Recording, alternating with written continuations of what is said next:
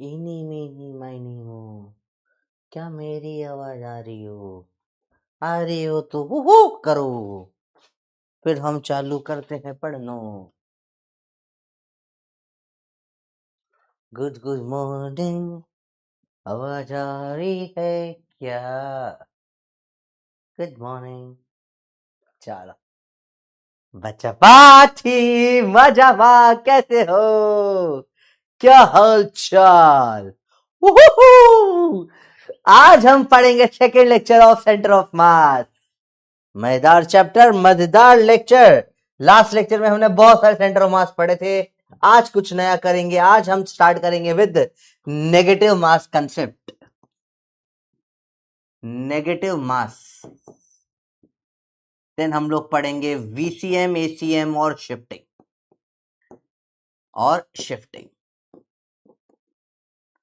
Shifting of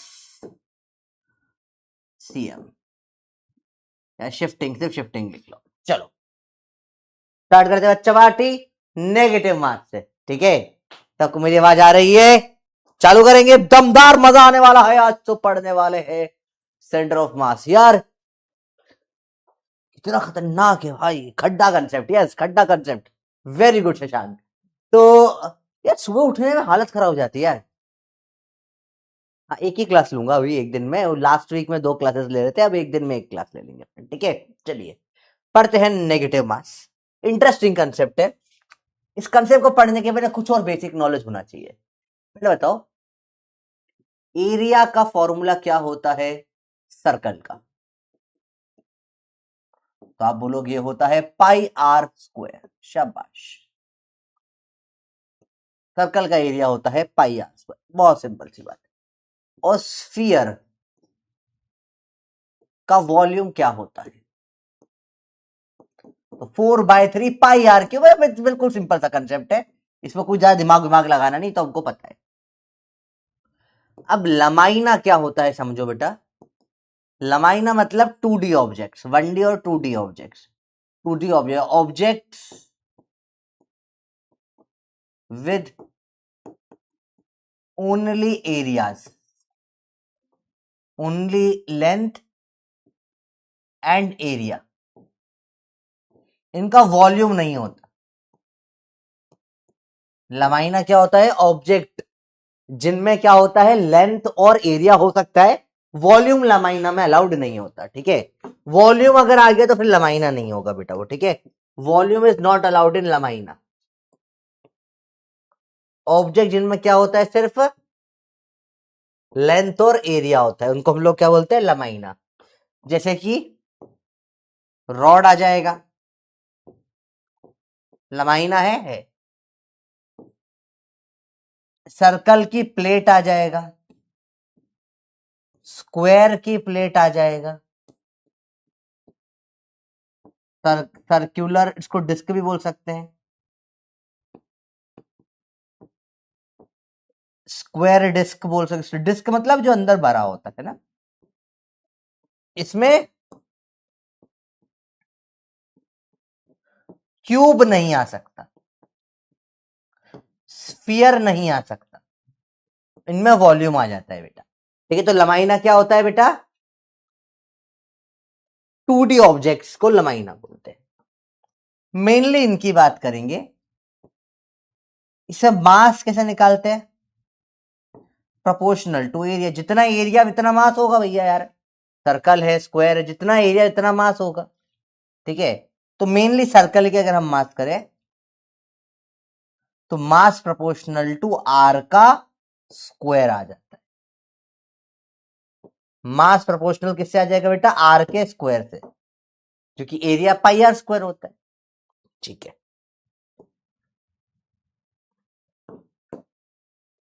तो अगर मास m है, इसका रेडियस है r।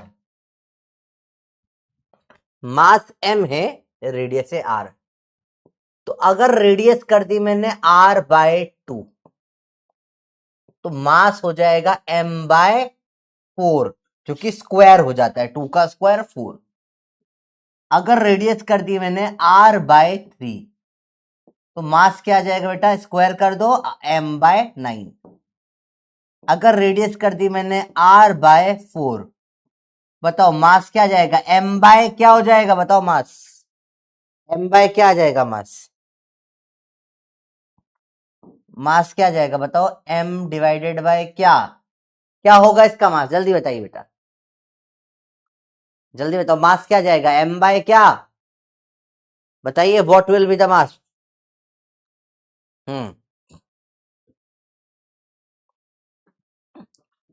बताओ फोजिया, यूसुफ, शंकर, अंशु, अंशिका, देविका, सोनू, सब बताओ क्या होगा मास, m/16। शाबाश।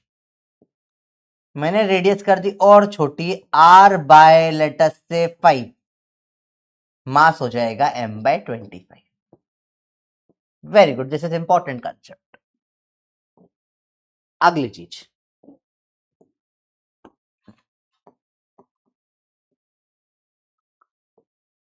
अगर मैंने बोला इसका मास है m, रेडियस है r, इसमें मैंने एक छोटा सा खड्डा कर दिया जिसकी रेडियस है r/2, इसका मास क्या होगा, m/4। तो ये जो बच गया इसका मास क्या होगा, m ये हो जाएगा m-m/4, ये हो जाएगा 3m/4। इसको बोलते हैं मास ऑफ खड्डा, इसको क्या बोलते हैं, मास, मास ऑफ खड्डे वाला, मास ऑफ KW। KW क्या है, खड्डे वाला, इसे क्या बोलते हैं, खड्डे वाला, इसे क्या बोलते हैं बेटा, खड्डे वाला। सिंपल है। हम्म,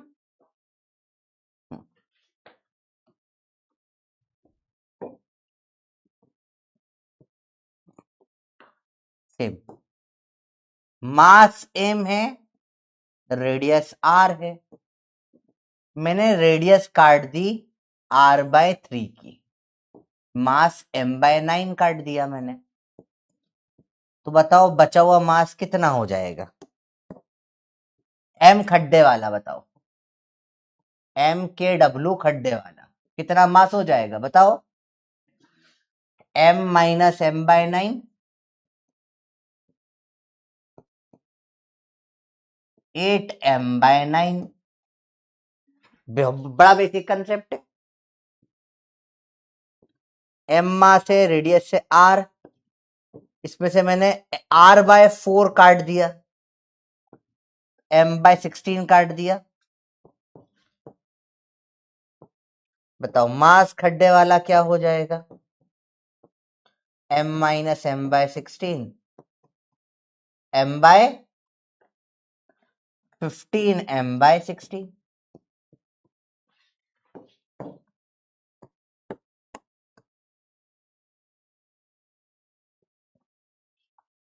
बताओ बेटा।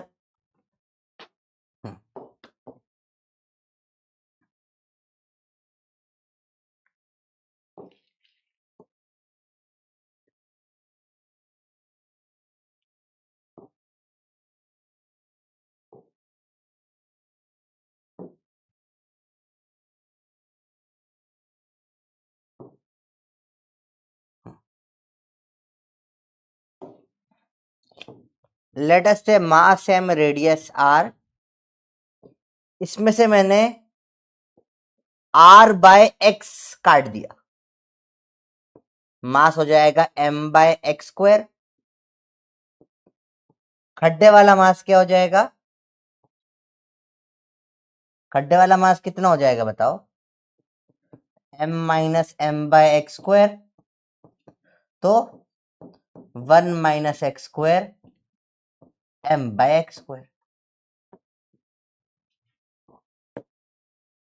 ठीक है बच्चे, यहां तक कोई प्रॉब्लम, बोलो जी, सॉरी x1, हाँ 1 - नहीं, एक्स स्क्वायर -1, सॉरी।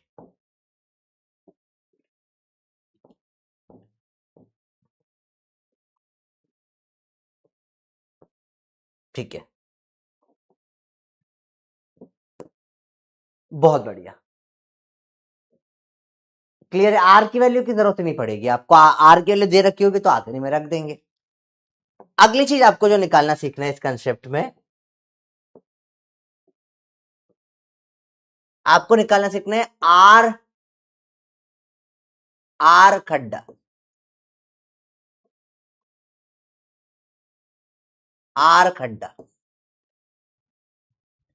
आर खड्डा मतलब basically centre of mass of खड्डा का distance from centre of mass of M. जैसे कि मैंने बोल दिया, ये है आर खड्डा, ये है खड्डा, ये है खड्डा, ये खड्डा है, पूरी रेडियस है आर। बताइए इसका सेंटर ऑफ, इसका ये जो खड्डे का सेंटर का है, ये डिस्टेंस कितना होगा, आर खड्डा कितना हो जाएगा, R/2।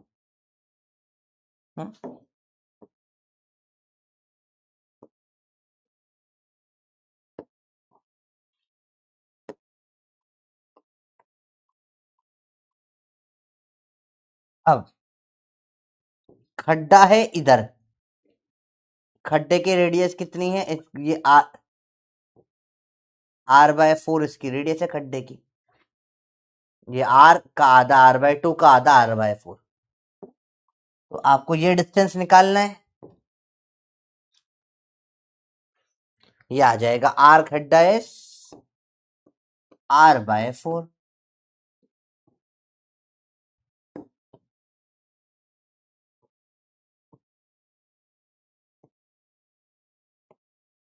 अब ये इस तरफ आ गया, R/4 इधर की तरफ काट दिया मैंने। अब यहां से इसके सेंटर तक का डिस्टेंस R खड्डा, R खड्डा कितना होगा बताओ बच्चों इसमें, तो इसमें हो जाएगा ये पूरा R/4, R/4, R/4, 3R/4। Mainly ये तीन ही आते हैं सवाल, मेनली ये तीन सवाल ही आते हैं। ठीक है, बहुत बढ़िया।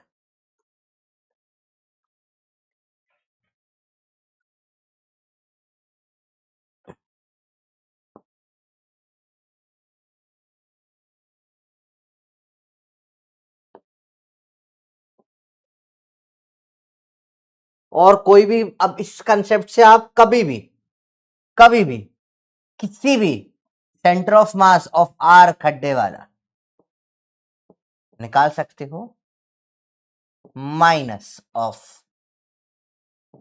मास ऑफ खड्डा, आर ऑफ खड्डा अपॉन मास ऑफ खड्डे वाला।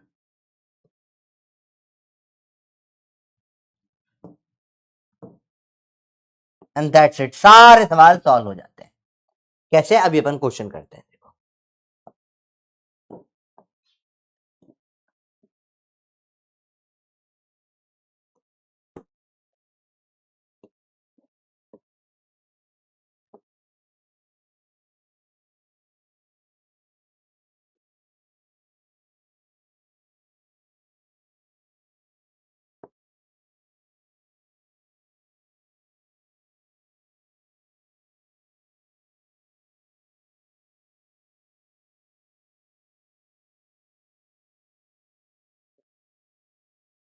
चलो देखिए, इसका सेंटर ऑफ मास निकाले,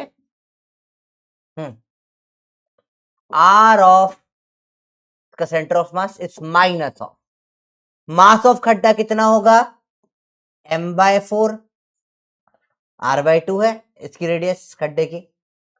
आर ऑफ खड्डा कितना है, R/2 अपॉन में मास खड्डे वाला क्या आ जाएगा, m minus M bye 4, 3m/4 अभी हमने पढ़ा। काटो काटो, 2 3 6 माइनस r/6, आंसर खत्म। इस खड्डे वाले का मास कैसे निकालोगे, माइनस ऑफ मास ऑफ खड्डा कितना होगा, r/4 का स्क्वायर m/16, r ऑफ खड्डा कितना है, r/4 अपॉन मास ऑफ खड्डे वाला 15m/16,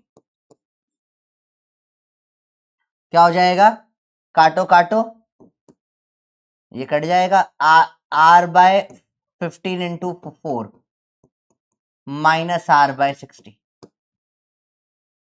इसका सेंटर ऑफ मास निकालने कहां जाएगा, माइनस इस खड्डे वाले का मास तो m/16 ही रहेगा, इंटू आर खड्डे वाला क्या हो जाएगा, 3r/4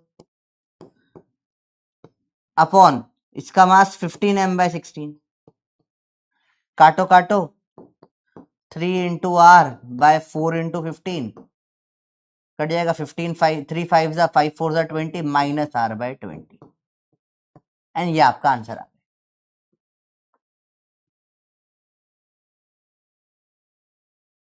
बताइए बच्चा, क्लियर हो गया। डायरेक्टली ये सारे सवाल झटाक से सॉल्व हो जाते हैं। ये तीनों है डिस्क के लिए, ये तीनों के क्या है, डिस्क के लिए।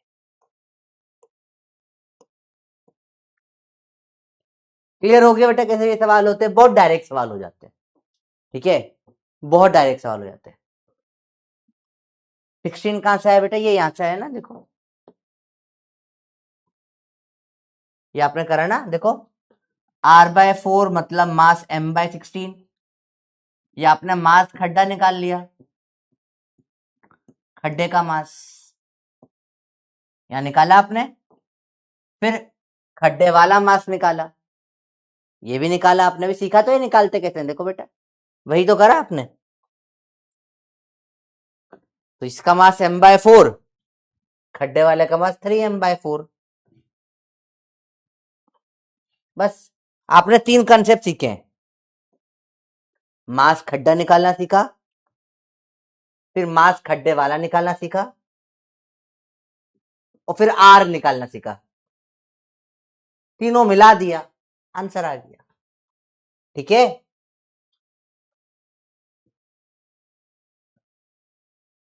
या बहुत प्रॉब्लम आती है तो आप ऐसे भी कर सकते हो,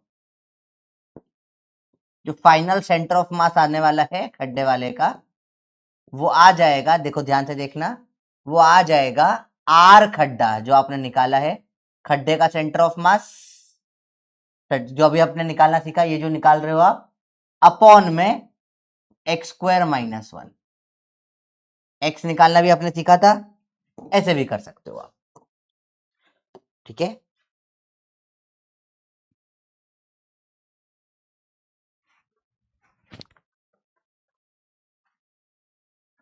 कैसे, देखो आर खड्डा तो आपको पता है माइनस माइनस के, इसमें है r/2, इसमें है -r/4 हो जाएगा, इसमें -3r/4 हो जाएगा।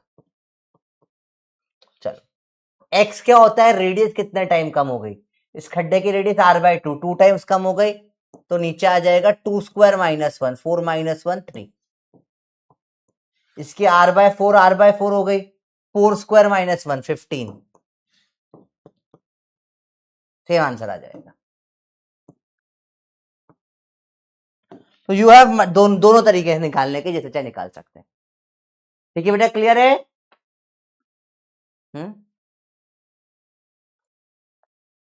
नीचे वाला कैसे निकाला बेटा, देखो बस इंपॉर्टेंट है आपको ये, इसमें और इसमें क्या फर्क है, देखो दोनों में, इसमें जो ये आर खड्डा था वो r/4 पे था, आर खड्डा रेडियस नहीं है खड्डे की बेटा, है ना, पोजीशन वेक्टर है, ठीक है, किधर है, इसमें इसकी इसका जो इसमें ये खड्डा इतना दूर आ गया, इसका सेंटर ऑफ मास यहां से कितने डिस्टेंस पे है, तो ये डिस्टेंस है 3r/4। अब जब ये सेम सवाल हम करेंगे स्फीयर के लिए, स्फीयर के लिए, स्फीयर में क्या होता है बेटा, मास प्रोपोर्शनल टू आर का क्यूब हो जाएगा, क्योंकि 3D है, इसमें वॉल्यूम होता है, 4/3 πr³ निकाला अपन ने वॉल्यूम, तो क्वेश्चन में क्या चेंज हो जाएगा, बस इतना सा चेंज होगा, ज्यादा चेंज नहीं होगा।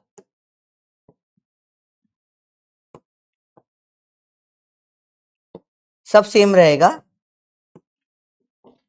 फर्क सिर्फ इतना सा आ जाएगा कि अब जो इसका मास, ये r/2 है तो मास हो जाएगा m/2 का क्यूब 8, है ना। चलो देख लेते हैं इसको।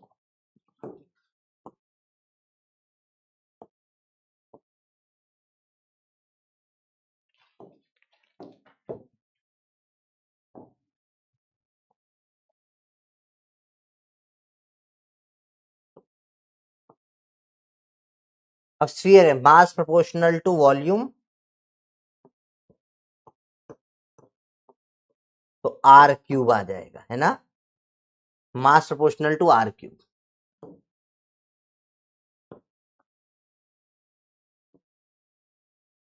तब सबका मासेस चेंज हो जाएंगे, आर क्यूब होगा। इसका मास r/2 का m/2 का क्यूब 8, 3 का क्यूब 27, 4 का क्यूब 64, 5 का क्यूब 125।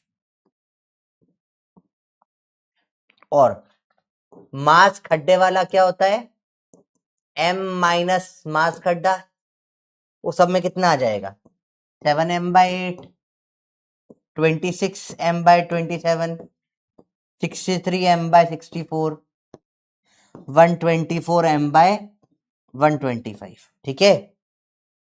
अकॉर्डिंगली वो चीज बदल जाती है। और कभी ऐसा है r/x, m/x3, और ये आ जाएगा x³ -1 m/x3, तो अकॉर्डिंगली चेंज हो जाता है, एक बस क्यूब हो जाता है। तो अब इसमें क्या हो जाएगा, ये तो अपना नॉर्मल वाला था,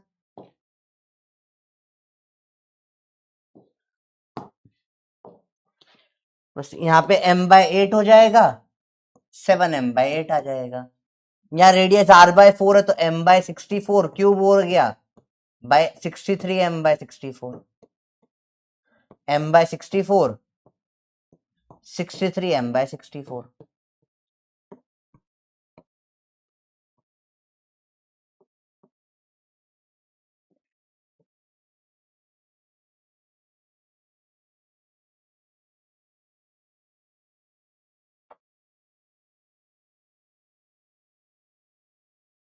बताओ बेटा, m/8 काटो, -r/14, m/64 काटो, 63 4 जा कितना हो जाएगा बताओ, 6 4 जा 24, 250 और 252, -r/252, ठीक है, -3r/252,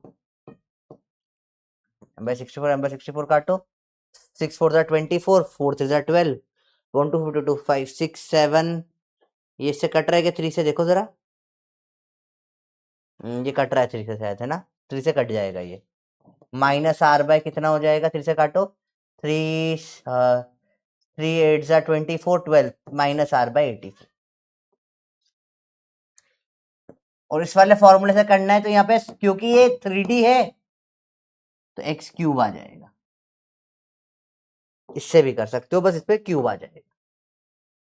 तो डायरेक्ट इससे भी करा जा सकता है, आपकी मर्जी, योर विश, जैसे चाहे वैसे अप्रोच करो। आपको क्वेश्चन करना सिखा दिया है। अच्छा मजेदार बात बताए क्या है,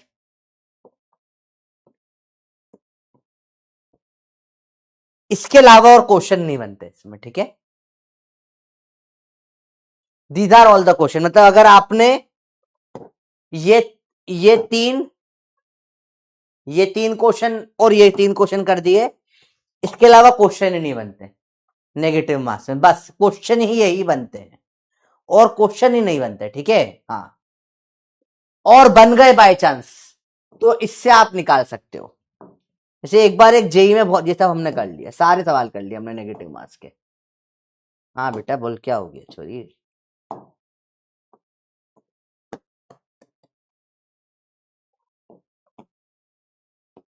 एक बार जेई में एक सवाल आया था, जेई एडवांस की बात कर रहा हूं मैं बेटा, एक बार जेई एडवांस में सवाल आया था,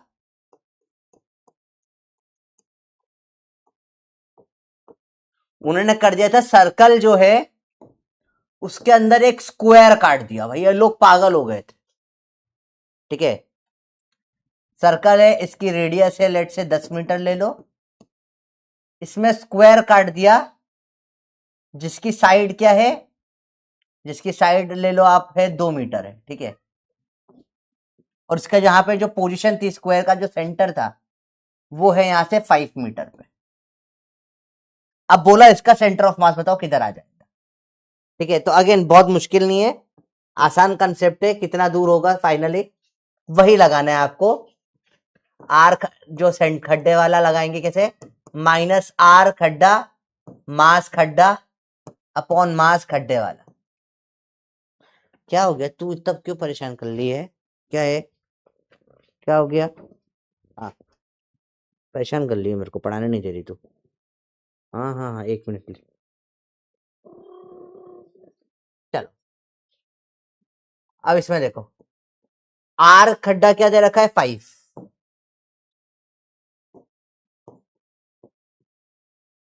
मास खड्डा कैसे निकालेंगे, एरिया, इसका एरिया क्या हो जाएगा 2 का स्क्वायर 4, और खड्डे वाला टोटल एरिया कितना हो जाएगा पाई आर स्क्वायर -4। ये आपका आंसर आ गया। ये एक्चुअली ऐसे होगा, -5 4 20, 3.14 इंटू 100 314 -4 -20 अपॉन में 310 -21/31 मीटर्स। ये सेंटर खड्डे वाले का सेंटर ऑफ मास आ गया। तो आप ऐसे वाले टफ सवाल भी निपटा दोगे अगर आपको बेसिक कंसेप्ट आते हैं तो। ठीक है,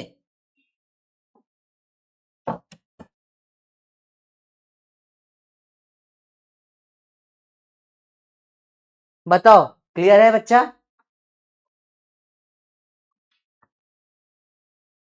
अरे देखो ना, मास ऑफ खड्डा क्या हो जाएगा proportional to area of square, मतलब 2 का स्क्वायर 4, मास ऑफ खड्डे वाला टोटल एरिया में से इसको माइनस कर दो, total area minus area square का, total pi r square -4, ratio ही तो चाहिए दोनों का। तो ये टफ सवाल भी आप निपटा दोगे कंसेप्ट से। ठीक है, आया बेटा, बात समझ में आई, बोलो क्लियर हुआ। ये एडवांस का क्वेश्चन भी आप निपटा दोगे, वैल्यूज चेंज हो जाएगी, मुझे क्वेश्चन एग्जैक्ट याद नहीं है वैल्यूज का, पर क्वेश्चन यही फॉर्मेट में था, तो बच्चे घबरा गए थे। नहीं, R formula is valid everywhere, simple सी बात। आर खड्डा, इस खड्डे की पोजीशन इंटू मास खड्डा अपॉन मास खड्डे वाला, हमेशा सिंपली आपका आंसर निकल कर आ जाएगा। ठीक है, क्लियर है बच्चे, बताओ। ओके, सेंटर ऑफ मास की थियरी पे आते हैं बेटा, थियोरिटिकल पॉइंट सिंपल सिंपल से। थियरी हमने अब तक प्रॉपर देखी नहीं थी इस चैप्टर में, हमने डायरेक्ट न्यूमेरिकल से m1x1 m2x2 अपॉन m1+m2 से चालू कर दिया था। सेंटर ऑफ मास क्या होता है बेटा, इट्स एन इमेजिनरी पॉइंट जहां पे सारा मास सिस्टम का माना जा सकता है, can be assume, whole mass assume कर सकते हो, सो सेंटर ऑफ मास बोलते हैं। आप इसकी वैल्यू निकाल भी सकते हो अलग अलग तरीके से, जैसे आप लोग को कॉपी को, जैसे लेट से मैं ये यहाँ पे ये यूके लाला ले लूं, ठीक है, अब मैं इसको यहाँ से पकड़ूंगा तो इधर झूल रहा है, सेंटर से पकड़ा तो भी इधर झूल रहा है, मैंने इसको यहाँ से पकड़ा तो ये इधर झूल रहा है, तो यहाँ कहीं पर ऐसा कुछ होगा, अभी थोड़ा इधर आ रहा है, अभी भी थोड़ा इधर गिर रहा है, पर इसको थोड़ा सा इधर अगर जाऊंगा तो भी इसका यहाँ कहीं सेंटर ऑफ मास है, पकड़ नहीं पा रहा हूँ, तो यहाँ कहीं पे सेंटर ऑफ मास होगा इसका, जहां से जाए इधर ऐसे फिक्स हो जाएगा। ठीक है, तो ऐसे हर पॉइंट का सेंटर ऑफ मास होता है जहां पे वो फिक्स हो जाती है वैल्यू, फिर वो गिरता नहीं है। ठीक है,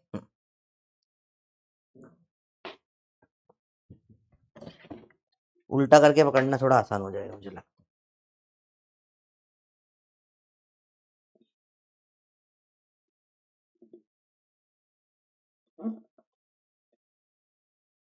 थोड़ा थोड़ा लगभग लगभग फिक्स हो चुका है। ये देखो, ये आगे सेंटर ऑफ मास देखा, यहाँ लगभग लगभग फिक्स हो जाती है वैल्यू। चलो, ये बॉडी के अंदर बाहर कहीं भी हो सकता है। अगर यूनिफॉर्म मास डिस्ट्रीब्यूशन है तो एक्सिस ऑफ सिमेट्री पर आएगा। जैसे अगर ये ऐसा है तो ये हमेशा इन दोनों एक्सिस पे आकर यहाँ पे सिमेट्रिकल पे आना चाहिए। रॉड है, अगर यूनिफॉर्म है तो सिमेट्री यहाँ आना चाहिए इस लाइन पे, ठीक है। और कोई चीज है जैसे ऐसा कुछ है, अगर यूनिफॉर्म मास है तो इस लाइन पर आना चाहिए सिमेट्री पे। Centre of point lies where two axis of symmetry cut each other. जैसे इसमें दो एक्सिस ऑफ सिमेट्री काटी, वहां सेंटर ऑफ मास आ गया। इसमें दो है ही नहीं, एक ही सिमेट्री है, तो हम निकाल नहीं सकते, ठीक है। Centre of mass of near to the heavier object, ये हमको पता है। छोटा ऑब्जेक्ट, बड़ा ऑब्जेक्ट, सेंटर ऑफ मास हमेशा बड़े के पास में होता है, बड़े के पास में आता है। It divides moment of mass in equal parts. Moment of mass होता है m इंटू एक्स। जैसे कि ये सेंटर ऑफ मास है, यहां मास है m1, डिस्टेंस है x1, मास है m2, डिस्टेंस है x2 सेंटर ऑफ मास से। m1 x1 is equal to m2 x2, ठीक है। मोमेंट ऑफ मास होता है m इंटू एक्स या m इंटू आर। तो मोमेंट ऑफ मास को सेंटर ऑफ मास क्या करता है, इक्वल हिस्सों में डिवाइड कर देता है। क्लियर है बच्चे बात?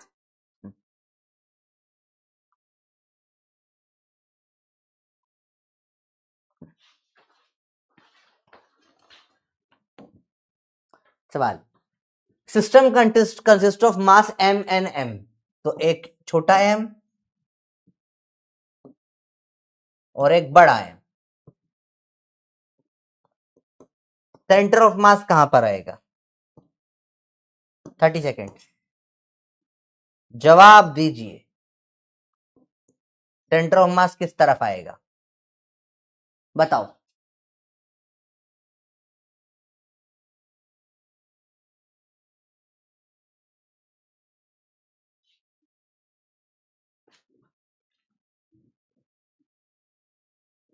भाई जिसका मास ज्यादा उसके पास होगा, नियर टू m।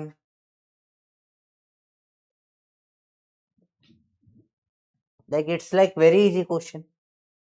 आपको भी आराम से समझ में आ रहा था तो कितना आसान है यार, इनमें कोई गलती करने का चांस ही नहीं। वेरी गुड, शाबाश देविका, वेरी गुड। चैना, फौजिया, मीनाक्षी, शाबाश। नेहा, यूसुफ, बेटा अनस से बात ना करो, जवाब दो यूसुफ बेटा। भी बहुत बढ़िया।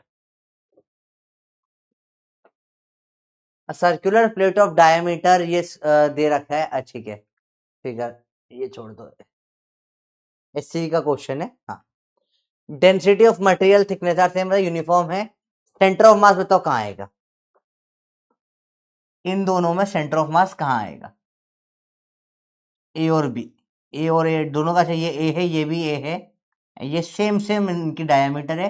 सेंटर ऑफ मास कहां आएगा? 30 सेकेंड से सोच के बताइए। बहुत बढ़िया सवाल है, और पूरा आज की रैंक इसी सवाल से डिसाइड होगी, पोल्स की लीडर बोर्ड की रैंक इसी क्वेश्चन से डिसाइड होगी। सोचना पड़ेगा, सोचो समझो आंसर दो।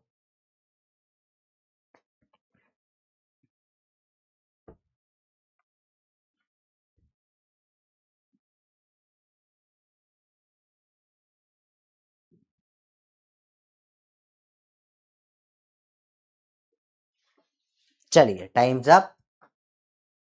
अब देखो बेटा, इनमें मास किसका ज्यादा है निकालना है। तो देखो ये सर्कल तो स्क्वायर के अंदर बन जाएगा, इस सर्कल का मास सेम है, पर स्क्वायर में ये एक्स्ट्रा है ना इतना सारा एरिया। देखो मतलब क्या है, जो एरिया है वो स्क्वायर का ज्यादा है, तो मास इसका ज्यादा है इधर के मास। सेंटर ऑफ मास हमेशा ज्यादा मास की तरफ आता है, थोड़ा इसकी तरफ आ जाएगा, तो ये स्क्वायर के अंदर आएगा, इनसाइड द स्क्वायर प्लेट। तो पॉइंट ऑफ कांटेक्ट पे तब होता बेटा जब मास बराबर होता, मास बराबर नहीं है ना, डेंसिटी बराबर है, थिकनेस बराबर है, यूनिफॉर्म है, इन दोनों का मास बराबर नहीं है।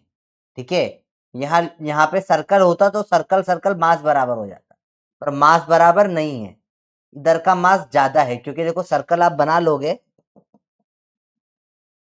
उसके बाद भी देखो ये एक्स्ट्रा मासेस दिख नहीं रहे तुमको, ये इधर का मास ज्यादा है तो इस तरफ आ रहा है।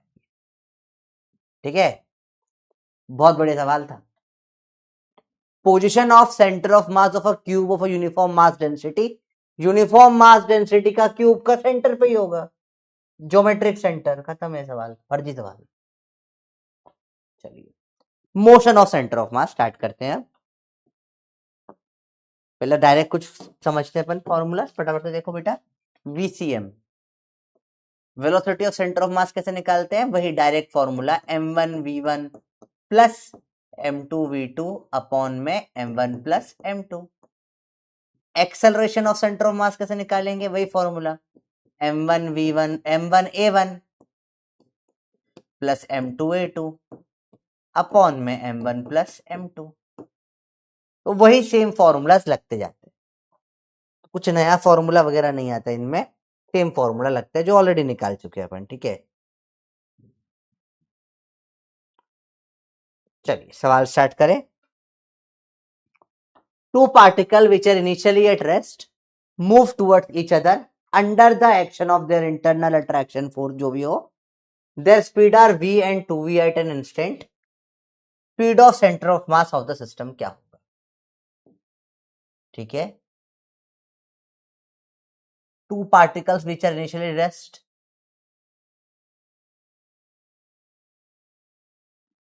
To particle of same mass लिखा होना चाहिए इसमें, है ना, तो अब सही हो जाएगा।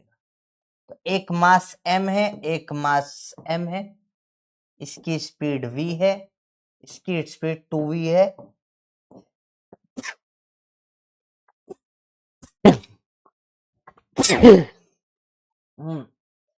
क्योंकि बोला टूवर्ड्स ईच अदर, अब VCM m into v plus m into 2v upon total mass 3m। तो आप m m m करोगे 3v/3, आंसर v आ जाएगा। शाबाश, और ये बिल्कुल ही गलत है। बताइए, मजा आ गया, बताइए भैया क्या गलती हुई, इससे बताएं बात।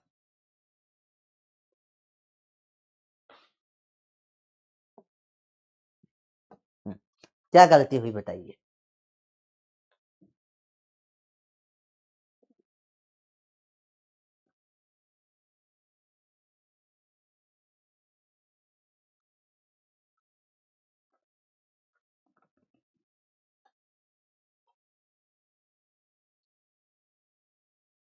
हो सकता है चारों आंसर गलत हो, उसका कोई मैटर नहीं है, आंसर बोल तो दिया नहीं है, इनको इग्नोर करो। बताओ ये गलत क्यों हुआ, ये बताइए बेटा। क्योंकि इसको माइनस में लेना पड़ेगा आपको, है ना। हाँ, क्योंकि डायरेक्शन मैटर करता है ना, वेलोसिटी है, स्पीड नहीं है।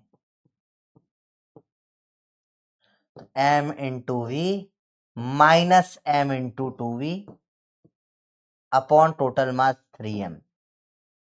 सॉरी, टोटल मास तो 2m है ना, सॉरी मिस्टेक, सॉरी।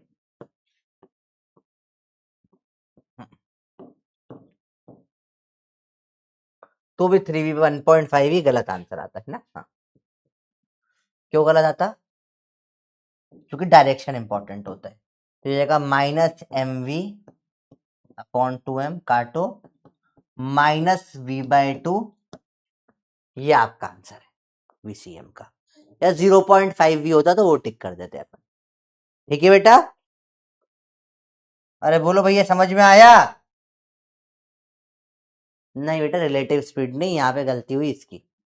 ये जो है डायरेक्शन देखो, ठीक है, एक प्लस तो एक माइनस लेना पड़ेगा इसमें। गेम समझ में आया। हाँ ठीक है, चलो अगला क्वेश्चन। ए और बी इनिशियली एट रेस्ट है, ठीक है, ये क्या थे, रेस्ट पर थे, ए और बी रेस्ट पे थे। इस तरफ आ रहे हैं म्यूचुअल अट्रैक्शन फोर्स से। जब speed of A is v, speed of B 3v है, speed of centre of mass क्या होगी? चलो अच्छा, अब एक चीज मैं इधर बताऊं, ये अभी भी गलत है, ये इक्वल मास नहीं है क्वेश्चन, अभी भी ये क्वेश्चन गलत है, अभी भी ये क्वेश्चन गलत है। सर अभी ये गलत क्यों?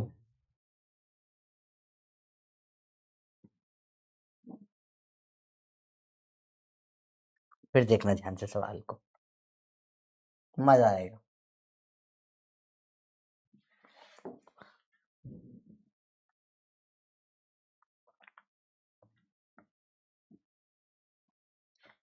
अब देखो ध्यान से बेटा, यहाँ पे स्टार्टिंग देखो, और यहाँ एक शब्द आ गया रेस्ट, मतलब ये कुछ भी मास थे, ये स्टार्टिंग में क्या थे, रेस्ट पर थे, तो यहाँ वीसीएम क्या हो गया, 0 हो गया है, दोनों नहीं चल रहे। अब इसके बाद समझो, जो भी फोर्सेस है वो इंटरनल फोर्स लग रहे हैं, internal forces can not change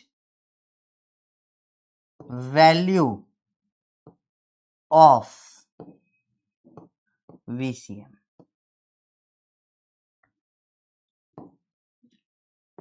internal कितने ही फोर्स लगा दो, velocity of centre of mass change करने के लिए बाहर से एक्सटर्नल फोर्स लगेगा। तो स्टार्टिंग में वो रेस्ट में थे, अब उसकी स्पीड v2v कुछ भी हुई होगी, तो मास भी ऐसा कुछ होगा कि m और m/2 ऐसा कुछ हो के वो एडजस्ट होके कट पिट के 0 ही होना है। वो सोचना ही नहीं है अपने को कि भैया एक बार वीसीएम 0 आ गया तो अब वो 0 ही चलेगा। सेम सवाल ये है, ए और बी स्टार्टिंग में रेस्ट पर है, अब चले, बाहर का कोई फोर्स आया नहीं आया, म्यूचुअल फोर्स है, तो जब स्पीड v इसकी 3v कुछ भी करिए, अभी रिसेंट का सवाल है, आंसर क्या आ जाएगा, वीसीएम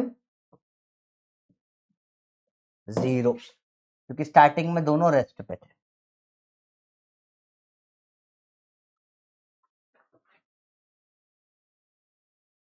ठीक है बेटा, आपने फिर बता दिया तो बढ़िया बात है। समझ में आया बच्चों? अगर स्टार्टिंग में रेस्ट में है और कोई एक्सटर्नल फोर्स नहीं लगा, ठीक है, कोई एक्सटर्नल फोर्स नहीं लगा, स्टार्टिंग में रेस्ट में है और कोई एक्सटर्नल फोर्स नहीं लगा, तो वीसीएम बदल नहीं सकता, वो 0 का 0 ही रहेगा। चलिए सवाल है, position and velocity of two particle दे रखा है, particle move under mutual attraction of each other, position of centre of mass क्या होगी? स्टार्टिंग में रेस्ट नहीं बोला है इन्होंने, है ना, ठीक है, इसने बोला है सेंटर ऑफ मास की पोजीशन बताओ एट टी बराबर 1 सेकेंड। मल्टीपल तरीके हैं इसको करने के, अच्छा सवाल है ये,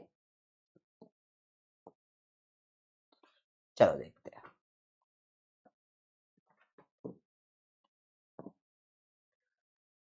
देखो चारों में से अगर आंसर नहीं आए तो ए लगा देना, ठीक है, हमेशा का रूल है, कभी पोल में चार, जो मैं भी चेक नहीं कर रहा हूं इसको करने के पहले, साथ में करेंगे अपन, ठीक है, पर 120 सेकेंड से अगर आपका आंसर चारों में से एक भी नहीं आता ना, कि अगर पोल ही गलत है, तो आंसर हमेशा ए लगा दिया करो, ठीक है, क्योंकि पोल कैंसिल नहीं होता इस सॉफ्टवेयर में। अब देखिए, उसने बोला भैया पार्टिकल जो है ऐसा कुछ चल रहा है, चलो पहले वीसीएम निकाल लेते हैं, या एक्सीएम भी निकाल सकते हो। देखो एक्सीएम क्या जाएगा, m1x1 m2x2 upon m1 plus m2, VCM क्या जाएगा, m1v1 plus m2v2 upon m1 plus m2। तो इसका मास है 1, इसका x है 2, उसका मास है 1, उसका x है 8, और जब आप और 1 को ऐड करते हो 2, तो 10/2 आ जाता है 5 मीटर। इसका मास है 1, इसकी वेलोसिटी 5, इसका मास है 1, वेलोसिटी -3, 5 माइनस 3 2/2 1 मीटर पर सेकेंड। तो अगर मैं सिंपल देखूं तो जो सेंटर ऑफ मास है वो अभी है 5 मीटर पे, और उसकी जो स्पीड है वो 1 मीटर पर सेकेंड है। तो 1 सेकेंड में 1 मीटर चलता है, तो t बराबर 1 पे ये चलकर कहाँ जाएगा, 6 मीटर पे आ जाएगा।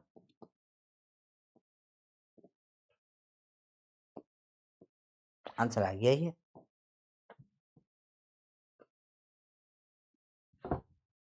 बताओ, क्लियर हो गया?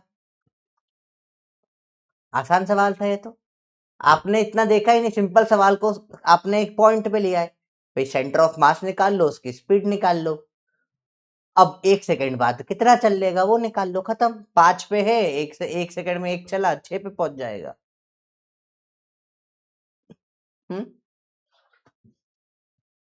अपोजिट है ना, तो माइनस हुआ ना, वेलोसिटी में हुआ, पोजीशन में थोड़ी ना होगा। पोजीशन तो दोनों की पॉजिटिव है, देखो यहाँ कहीं x बराबर 0 होगा, ये भी पॉजिटिव है, ये भी पॉजिटिव है। पोजीशन में नेगेटिव क्यों होगा? x तो दोनों का एक ही साइड है ना, वेलोसिटी में नेगेटिव होगा, तो वो नेगेटिव करा अपन ने यहाँ पे, देखो -3 करा, 5 माइनस 3 आ गया। दूसरा तरीका एक और, ये t बराबर 0 पे दे रखा है,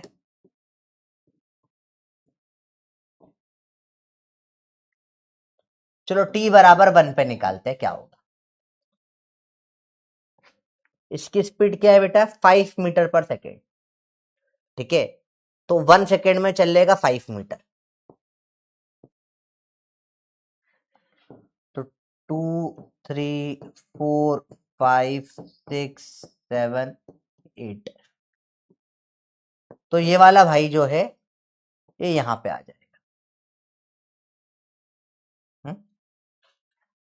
ठीक है,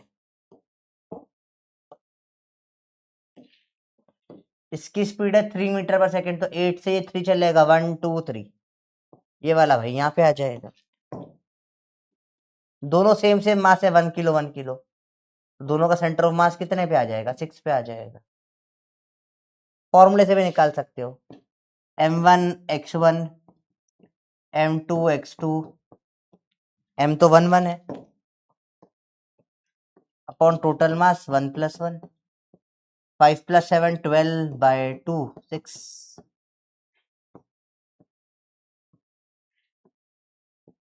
तो ऐसे भी कर सकते हो, आपके ऊपर है, योर विश, दोनों तरीके से कर सकते हो। बोलो भैया।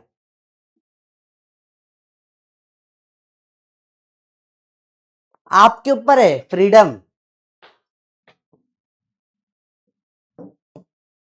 देखो, जिन जिन का आंसर नहीं आया ये लगा दिया उन लोगों ने, है ना। आंसर आ रहा है अभी, ठीक है। अच्छा सवाल था, चलो आगे देखें।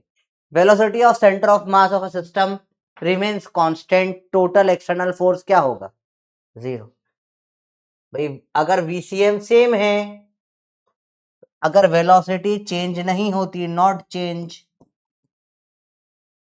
तो इसका मतलब फोर्स क्या होता है, 0। न्यूटन का सेकेंड लॉ या फर्स्ट लॉ बोल लो आप, लॉ ऑफ इनर्शिया यही तो बोलता है फर्स्ट लॉ, कि वेलोसिटी सेम रहेगी या रेस्ट पे रहेगा जब तक बाहर का कोई फोर्स नहीं लगेगा। ये तो फर्जी सवाल में से आ जाते हैं अब तो।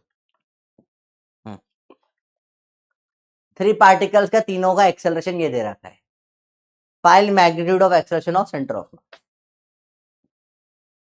Acceleration of centre of mass m1 a1 m2 a2 m3 a3 upon में m1 + m2 + m3, खत्म है सवाल यार।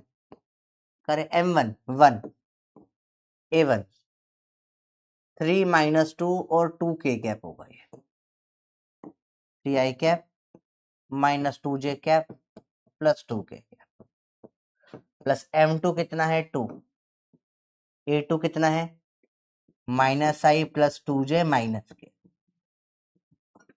प्लस m3 कितना है 3, 111, ठीक है। कान ठंडे पड़ जाते हैं यार सुबह सुबह पढ़ाने में। I प्लस J प्लस के अपॉन टोटल मास 1 प्लस 2 प्लस 3 6।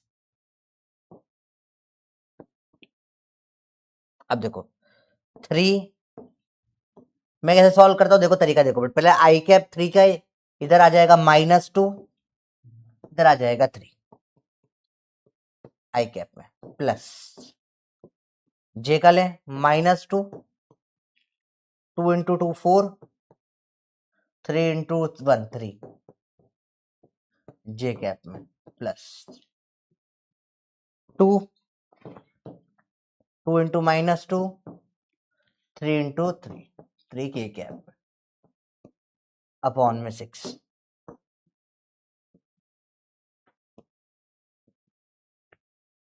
3 3 6 -2 4 आई कैप, 4 प्लस 3 7 -2 5 जे कैप, 2 2 कटा 3 के कैप अपॉन में 6। ये आपका आंसर आ गया। देखो आया बेटा बात। मेरा आईजे के सॉल्व करने का तरीका देखा मैं कैसे सॉल्व करता हूं, थोड़ा सा इंटरेस्टिंग है, सिंपल है। मैंने क्या करा, m1 m1 m2 m2 mk3 तो पूरा फॉर्मूला लिख दिया, अपना वैल्यू डाल दी। अब मैं ऐसा नहीं करूंगा पहले इसको फिर इसको खोलूंगा, नहीं डायरेक्ट करो। क्या 3i है, यहाँ 2 इंटू -1 डायरेक्ट -2, और 3 इंटू 1 डायरेक्ट 3i में लिख दो। सेम यहाँ -2 है जे में, यहाँ 2 2 जा 4 है जे में, 3 1 था 3 है जे में, फिर के में सिर्फ 2 है, 2 -2 है और +3 है। ऐसे सॉल्व करने में थोड़ी स्पीड बढ़ जाती है बेटा, ठीक है। नहीं तो पहले फिर इसको ओपन करो, फिर आई अलग जे अलग, बहुत टाइम वेस्ट होता है। इतना टाइम वेस्ट नहीं करना इन चीजों में, ठीक है बेटा। इनफैक्ट पता है, अगर थोड़ी सी आपकी प्रैक्टिस हो गई तो आप डायरेक्ट हवा में सवाल निपटा सकते हो, यहीं पे देख सकते हो कैसे। टोटल मास 6 है, आई कैप जे कैप के कैप, देखो 1 इंटू 3, तो आप डायरेक्ट पहले स्टेप में ये लिख सकते हो 3, फिर 2 इंटू -2 3 -2 +3 6 -2 4 डायरेक्ट एक बार में।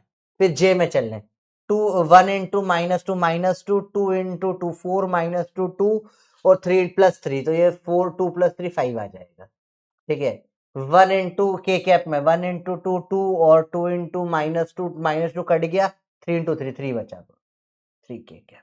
डायरेक्ट आप 1 सेकंड में आंसर भी लिख सकते हो डायरेक्टली, पर इसके लिए थोड़ा प्रैक्टिस लगेगी। मैंने ये इतनी सारी स्टेप्स माइंड में सॉल्व कर दी, पर इसके लिए आपको प्रैक्टिस लगेगी, डायरेक्ट नहीं हो पाएगा। क्लियर है बच्चा। अब इसका फाइनल मैग्नीट्यूड पूछा है, देखो तो मॉड निकाल लेंगे अंडर रूट में 4 का स्क्वायर प्लस 3 का स्क्वायर प्लस 5 का स्क्वायर बाय 6 का स्क्वायर। तो ये हो जाएगा 4 स्क्वायर 3 स्क्वायर तो 5 स्क्वायर हो जाता है 25 50 बाय 36। ये इसका मैग्नीट्यूड आ गया √50/36, ठीक है। काट दो 25, ये आ जाएगा 5/6√2। सॉल्व करोगे तो आ जाएगा, ठीक है। चलो अब आता है पुली मास सिस्टम का एसीएम, ये बड़ा फेमस क्वेश्चन होता है, ठीक है। फिर मोमेंट बैलेंसिंग हो जाएगा, शिफ्टिंग, और फिर खत्म है लगभग आज का। देखो ध्यान से, पुली मास सिस्टम, ये है पुली,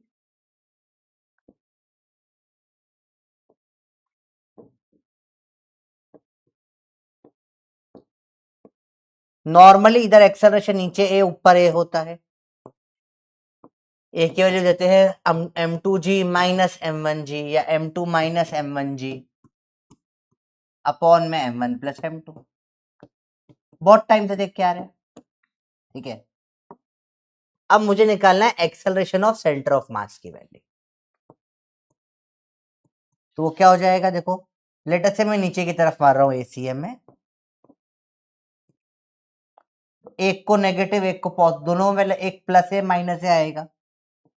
तो मैं इसको करूंगा या तो ऊपर को पॉजिटिव मानो या नीचे को पॉजिटिव मानो, नीचे को पॉजिटिव लेना चाहिए, के लिए, m2a माइनस m1a अपॉन में m1 plus m2, m2 minus m1 upon m1 plus m2 into a, m2 minus m1 upon m1 plus m2 into a की वैल्यू खुद कितनी है, m2 minus m1 upon m1 plus m2 g। तो acceleration of centre of मास निकल के आ जाता है m2 minus m1 upon m1 plus m2 का स्क्वायर इंटू जी। तो नॉर्मल एक्सेलरेशन पूछते हैं तो हमको आंसर ऑलरेडी पता है, सेंटर ऑफ मास का पूछते हैं तो इसका स्क्वायर हो जाता है। ठीक है, ये होता है पुली सिस्टम का एसीएम। कई बार इसके ऊपर क्वेश्चन फंस सकता है, जेई में काफी क्वेश्चन आए हैं, नीट में नहीं आया आज तक सवाल, पर आ सकता है। ठीक है, सिंपल होता है, मुश्किल सवाल नहीं होता। अभी मैं अभी प्रैक्टिकल करके दिखाता हूँ कितना इजी होता है। ठीक है, ये सवाल देखो, m और 3m है, पहले एक्सेलरेशन निकालो नॉर्मल, क्या हो जाएगा 3mg minus mg upon total mass 4m, 2mg by 4m, यह आ जाएगा g बाय 2। ठीक है, ACM निकालना है, g को छोड़ दो, बचे हुए का स्क्वायर कर दो, g बाय 4, दैट्स इट, खत्म, सवाल ही हो जाता है। तो नॉर्मल एक्सेलरेशन निकालो, g छोड़ के बचा हुआ स्क्वायर कर दो, ये आपका क्या निकल आता है, आपका इजीली निकल आता है acceleration of centre of mass. जी छोड़ के बचे हुए का स्क्वायर मार दो। एक सवाल और, तो ये करके होता है m1 और m2 है, m1 है 2 kg और m2 है 2 kg और ये है 1 kg। डायरेक्ट देखो बेटा, यहाँ पे 2 kg है, फोर्स लगेगा 2g का, 1g का, 1 kg। एक्सेलरेशन निकालो, 2g minus 1g upon total मास 3, कितना आ जाएगा g by 3। Acceleration of centre of mass कितना आ जाएगा बताओ, g बाय 3 का स्क्वायर 9, g मतलब 10।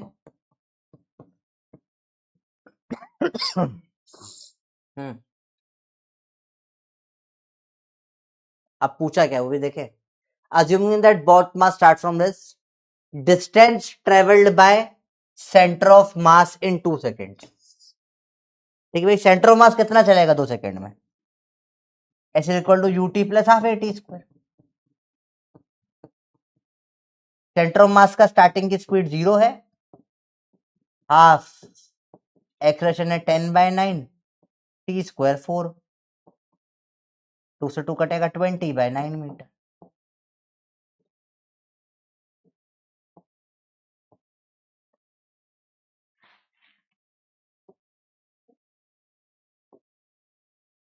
ये बढ़िया तगड़ा सवाल था,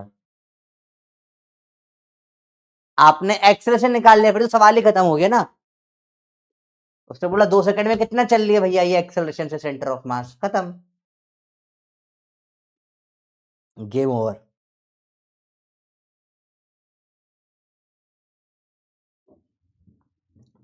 अगला है मोमेंट बैलेंसिंग, समझते हैं इसको।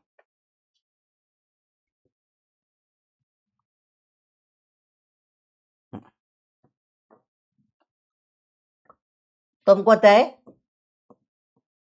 सेंटर ऑफ मास है,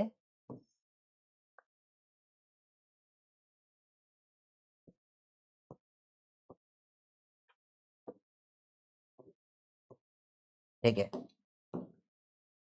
अगर ये डिस्टेंस है x1 x2, तो m1 x1 बराबर m2 x2 होता है, मोमेंट बैलेंस होता है।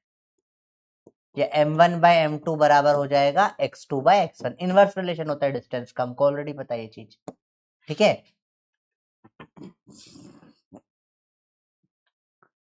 बोलो बेटा कोई प्रॉब्लम इसमें,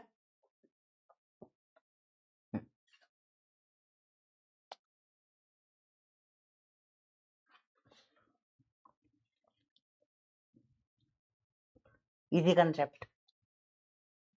इसमें एक और चीज देख लो,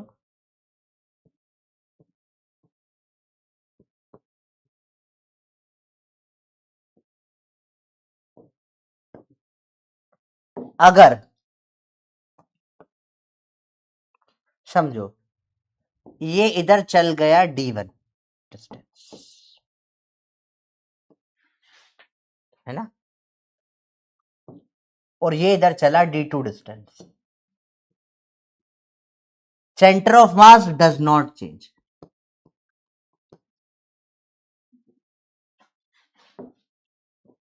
इसका मतलब क्या है,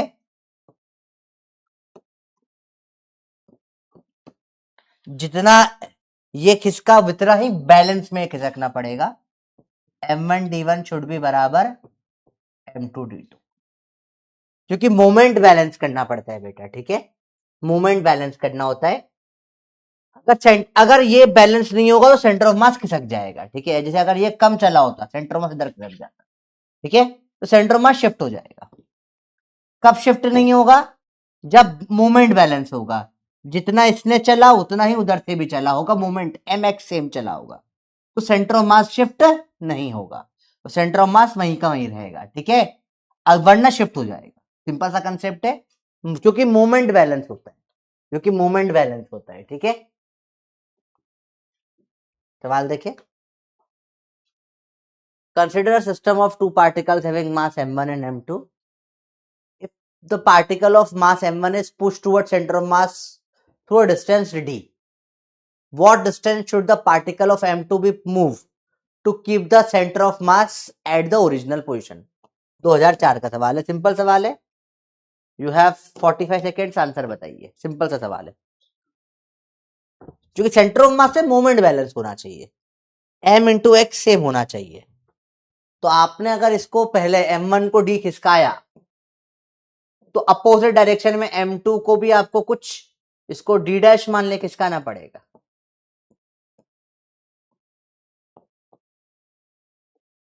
d डैश आ जाएगा m1d बाई m2।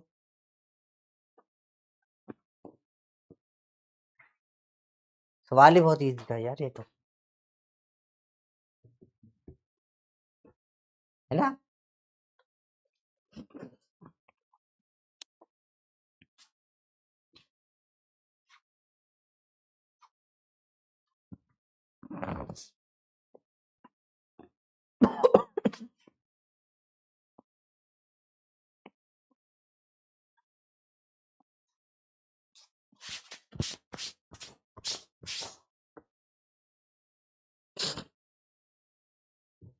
इजी सवाल।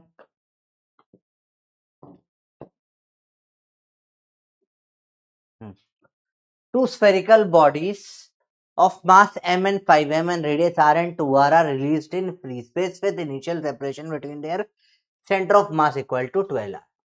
तो भैया ये एक मास m है और दूसरे का मास है 5m, इनका सेपरेशन है 12r, जिसमें इसकी रेडियस है r और इसकी रेडियस है 2r, ठीक है ना, ये ऐसा दे रखा है। If they attract each other due to gravitational force only, internal force होता है ग्रेविटेशन का, distance covered by smaller body before collision, ठीक है। देखो सेंटर ऑफ मास तो वहीं रहेगा, तो समझते हैं, दो तीन तरीका है। कोलिजन जब होगा तब उस टाइम पे क्या होगा, इनके बीच का डिस्टेंस कितना हो जाएगा 3r,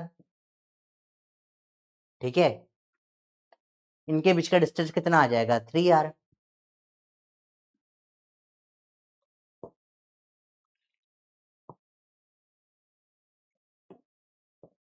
तो लेटर से ये भाई साहब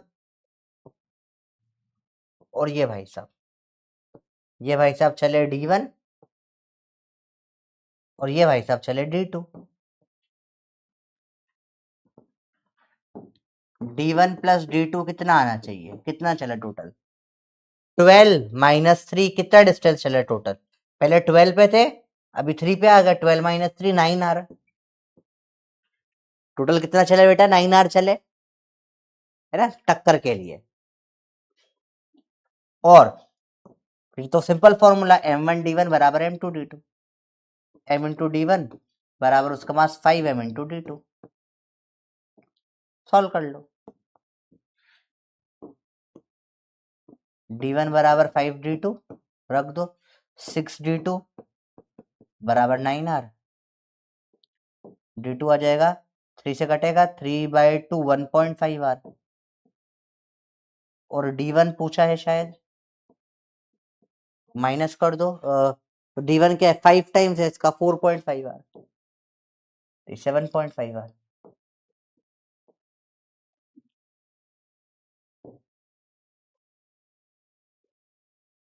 तो d1 कितना चला?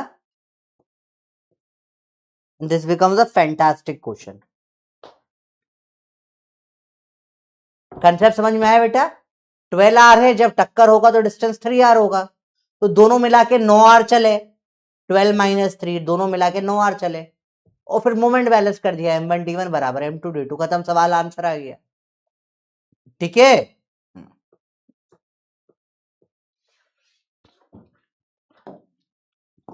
एक और तरीका मुझे सूझ रहा है, शायद उससे भी आंसर आ जाए, कंफर्म नहीं है, ट्राई करके देखते हैं।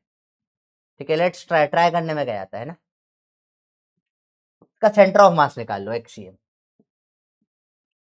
लेट्स ले मान लो ये ओ 0 है, तो उसका डिस्टेंस 12r हो जाएगा, m into 0 5m into 12 upon 6m, तो ये जाएगा 12 5 जा 60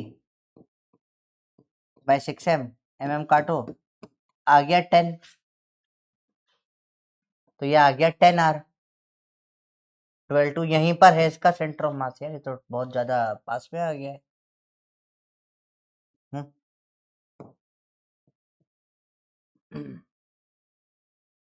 ठीक है, यहीं पर ही आ गया तो बिल्कुल यार, यहाँ सेंटर ऑफ मास आ गया है, सेंटर ऑफ मास तो वहीं रहेगा, टक्कर हो जाएगी तब भी।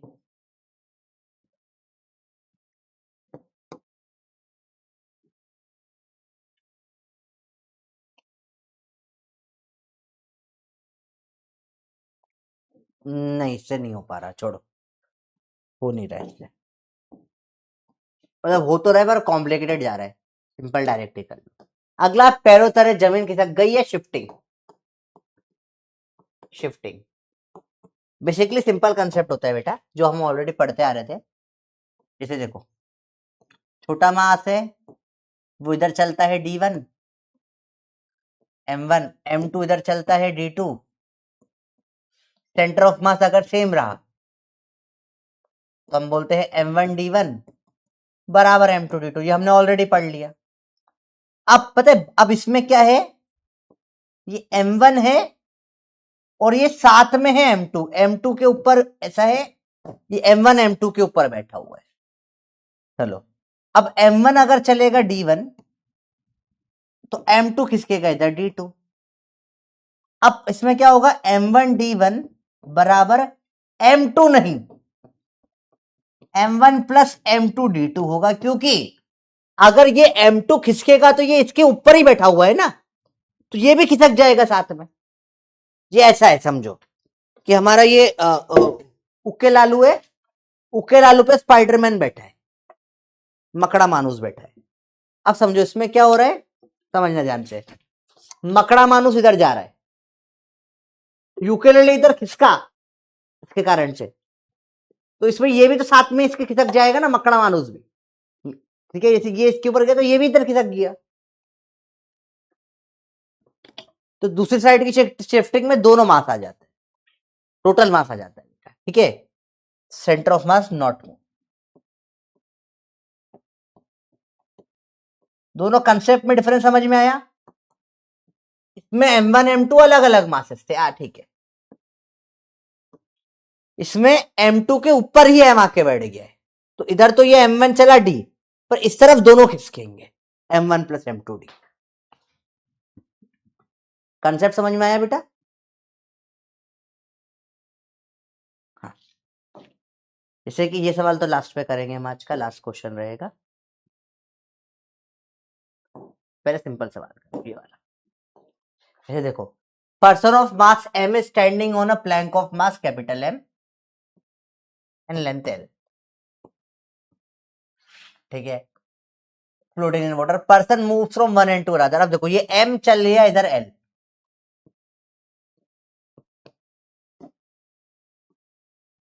तो बोला ये इधर कितना जाएगा, लेट से x, तो ये m चला l, इधर m प्लस m चलेगा x, जो इधर आएगा, क्योंकि एक के ऊपर दूसरा है ना। तो अब कैसे बैलेंस होगा मोमेंट, इधर m l गया, ये m और m दोनों पीछे x आए, क्योंकि अगर प्लैंक खिसका तो थोड़ी ना ये आदमी टपक के पानी में गिर जाएगा, मगरमच्छ खा जाएंगे इसको, वो नहीं होगा, दोनों साथ में खिसकेंगे। भाई समझ में बात आई, x क्या आ जाएगा, ml अपॉन में m plus,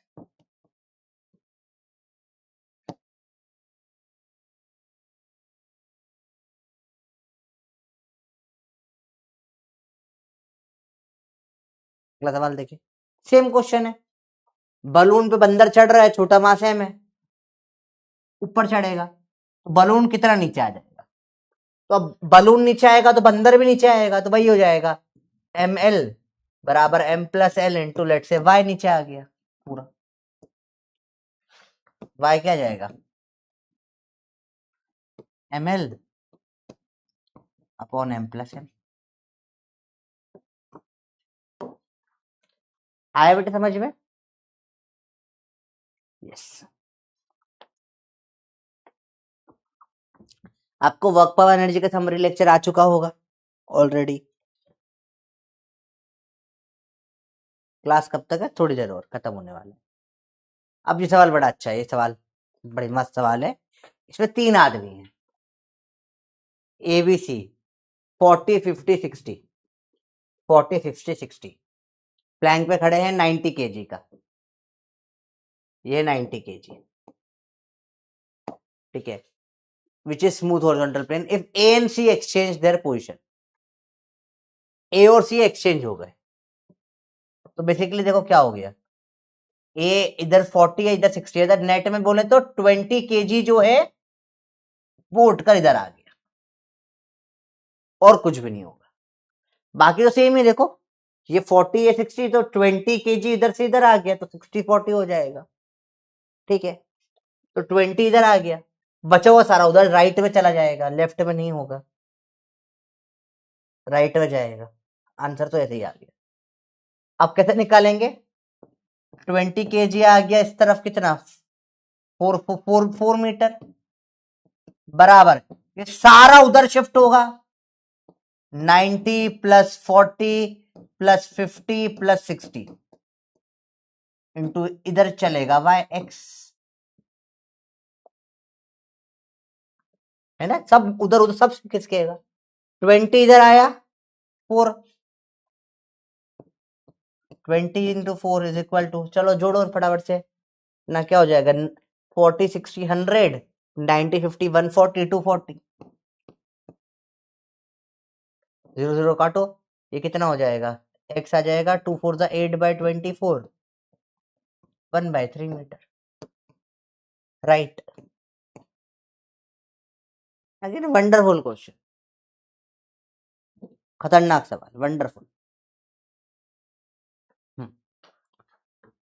2 person 55 kg 65 kg are at opposite end of a boat, नाव में है, 3 मीटर की नाव है, 100 किलो की नाव है, आदमी 55 का 65 का है, ठीक है, 55 kg man walks up to 65 kg and sit with him, ये यहाँ आके बैठ गया,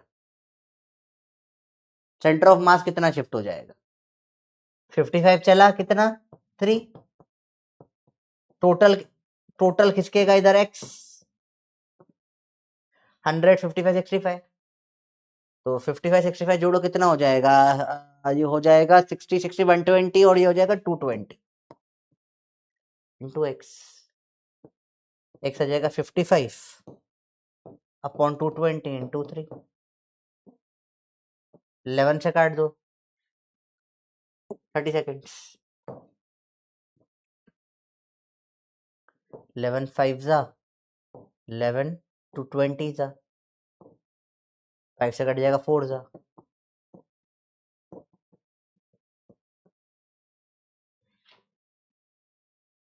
एक सवाल इजी होते हैं।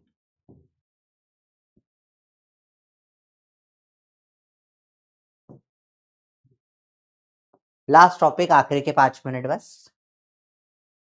वाई 20 kg बेटा बहुत अच्छा सवाल है, क्योंकि मुझे मतलब नहीं है कि मुझे मतलब सिर्फ नेट से है ना। देखो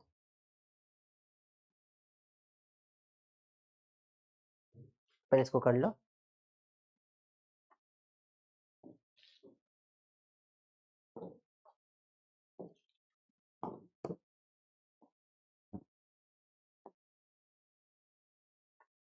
मैंने बोला यहाँ ये 40 kg है, यहाँ ये 60 kg है, एक्सचेंज हो गया, यहाँ 60 kg हो गया, यहाँ 40 kg हो गया। नेट में कितना यहां से यहां आया, तो बोल सकते हो ना 20 किलो आ गया यहाँ से यहाँ पे। भाई ये दोनों चल के जाए या इसका 20 किलो सर काट के उधर फेंक दो, बेचारे का 20 किलो का सर इधर से उठा के इधर फेंक दिया, तो 60 to 40 हो जाएगा ना, एक ही बात है। भाई आपको क्या फर्क पड़ रहा है, दोनों उठकर जा रहे हैं या सिर्फ 20 किलो उधर फेंक रहे हो? नेट में तो 20 किलो ही फेंका है आपने, और क्या फर्क करा? ठीक है।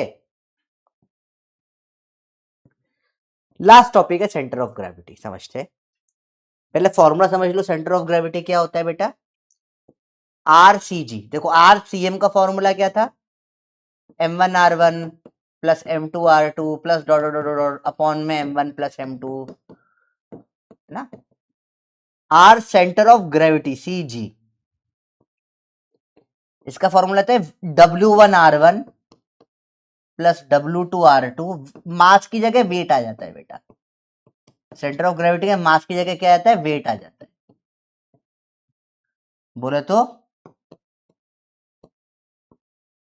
M1G1R1 M2G2R2 M1G1 M2G2। अब इसमें अगर ऑब्जेक्ट जिनकी क्या होती है, कम हाइट होती है, ठीक है, स्मॉलर ऑब्जेक्ट ले रहे हैं। स्मॉलर ऑब्जेक्ट जो होते हैं बेटा, उनमें जी सेम होता है, तो जो सेम है वो कॉमन आके कट जाता है, तो RCG भी आ जाएगा M1R1 plus M2R2 upon M1 plus M2, जो सेंटर ऑफ मास के बराबर आ जाता है, जो कि हमारा 99% केसेस में होता है। पर अगर बिगर ऑब्जेक्ट है, बिगर या टॉलर ज्यादा सही शब्द है, टॉलर ऑब्जेक्ट है, तो उनमें दोनों, अब उनमें जी नहीं कटेगा बेटा, ठीक है, उनमें जी नहीं कटता। तो बेसिकली होता क्या है ना, जैसे हम ऊपर की तरफ जाते हैं, हम ग्रेविटेशन चैप्टर में पढ़ेंगे, जब हम हाइट बढ़ती है तो जी की वैल्यू कम होती जाती है, ठीक है। तो नीचे की तरफ वेट ज्यादा होता है, ऊपर की तरफ वेट कम हो जाता है। जैसे मैं अगर तुमसे 100 किलोमीटर ऊपर चला जाऊंगा तो मेरा वेट कम हो जाएगा, क्योंकि जी की वैल्यू कम हो जाती है। जैसे हाइट बढ़ती है ना, जी की वैल्यू कम हो जाती है, ठीक है। हाइट इंक्रीज, जी की वैल्यू डिक्रीज हो जाती है, तो सेंटर ऑफ ग्रेविटी नीचे की तरफ आ जाता है। उन केस में क्या होता है, ऊपर आता है सेंटर ऑफ मास, नीचे आता है सेंटर ऑफ ग्रेविटी, ठीक है। तो large object COM lies above COG, centre of gravity के ऊपर हो जाता है सेंटर ऑफ, क्योंकि नीचे वेट ज्यादा होता है, ऊपर वेट कम, ज्यादा भारी की तरफ हमेशा शिफ्ट हो जाएगा, तो सेंटर ऑफ ग्रेविटी नीचे आ जाता है। सेंटर ऑफ मास को वेट से कोई मतलब नहीं है, तो मास पे हो, ठीक है। लास्ट क्वेश्चन बेटा, consider a gravity free hall in which tray of mass m carrying a cubical block of mass m and HL is at rest in the middle, ठीक है। अगर बर्फ पिघल जाए, by what distance does the center of mass of the tray plus size descend? अगर ये बर्फ पिघल जाएगी तो कितना नीचे आ जाएगा सेंटर ऑफ मास, टोटल मिला के बताना है, कितना नीचे आ जाएगा बताओ। यस बेटा डॉक्टर मयंक, 6th फ्लोर पे हालांकि नेग्लिजिबल होता है, ये फर्क डिफरेंस दिखने लगता है जब आप 100 किलोमीटर पहुंच जाते हो, 200 किलोमीटर पहुंच जाते हो, तब ये डिफरेंस दिखता है ग्रेविटी का।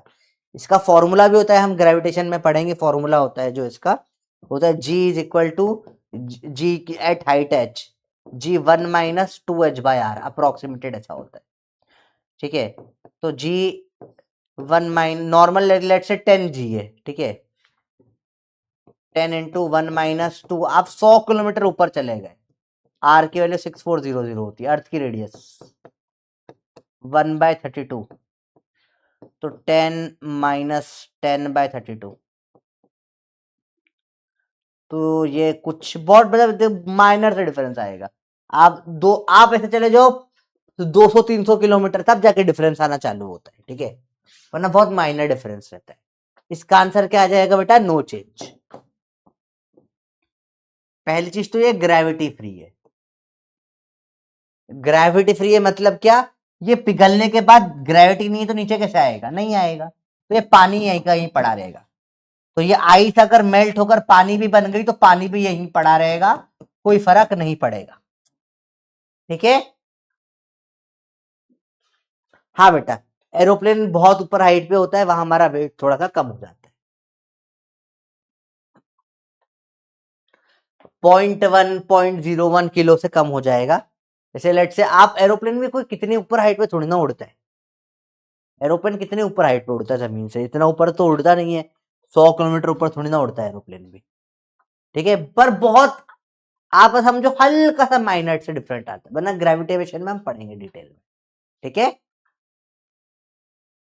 समझ में बेटा? क्योंकि ग्रेविटी फ्री है, पिघल के ऐसा कैसा रहेगा, कोई डिफरेंस ही नहीं आएगा इसमें। पहले बर्फ थी, यही पानी बन गया, ठीक है। चलो, आज खत्म हो गया हमारा ये वाला टॉपिक पूरा। अब हम लोग अगले क्लास में स्टार्ट करेंगे कल से कोलिजन, ठीक है। कोलिजन 3000 फीट ऊपर ना, तो मतलब ज्यादा किलोमीटर थोड़ी ना हो जाएगा 3000 फीट में। कैलकुलेट करो 3000 फीट कितना किलोमीटर होते हैं।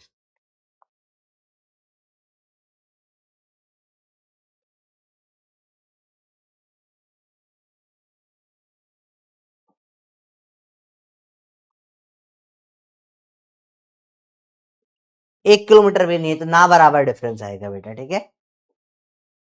शाम की क्लास, हाँ बेटा, आज टारगेट 2 कंप्लीट अचीव करना है आपको, ठीक है। क्लास में हमने काफी अच्छे सवाल भी करे है ना, तो टारगेट 2 अचीव करना है। शाम की क्लास का ऐसे तो शायद नहीं रख पाऊंगा मैं, क्योंकि मेरी दूसरी क्लासेस है शाम को, फिर भी मैं आपको कंफर्म बता दूंगा 12 बजे के पहले पहले, ठीक है। क्लियर है बच्चों? ओके, क्लियर है बच्चों? टारगेट 2 अचीव करिए, टारगेट 2 2 बार चीजें करने, टारगेट 0 तो हो गया है।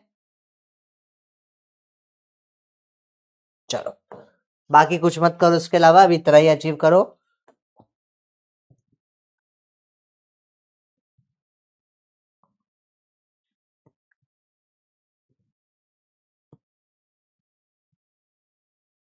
सेंटर ऑफ मास वाला पार्ट पूरा खत्म हो गया बेटा, इस चैप्टर का आधा चैप्टर हो चुका है। कल ये चैप्टर हम खत्म कर देंगे, एक्सप्लोजन और कोलिजन पढ़ेंगे, ठीक है।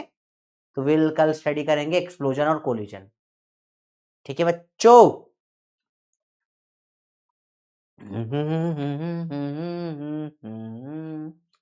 लीडर बोर्ड देखना है, देख लो, दिखा देते हैं तुमको। एक समझ में आया? चैप्टर सिंपल है, पर you have to be proactive, थोड़ा सा दिमाग लगाना पड़ेगा बेटा, ठीक है। चलो, एंड करते हैं क्लास को, बाय बाय। मैं 12 बजे तक इन्फॉर्म कर दूंगा, मैं कोशिश कर रहा हूँ, अगर हो पाया तो ले लूंगा शाम को, ठीक है, कोशिश है मेरी, ठीक है। मैं चाहता हूँ एटलीस्ट रोटेशन तक का पार्ट अपन जल्दी फिनिश कर दे, तो उसके बाद पता है क्या है ना, बड़ा पार्ट खत्म हो जाएगा, फिर लोड नहीं बचेगा, उसके बाद तो फिर बचे हुए चैप्टर फॉर्मूला बेस्ड होते हैं,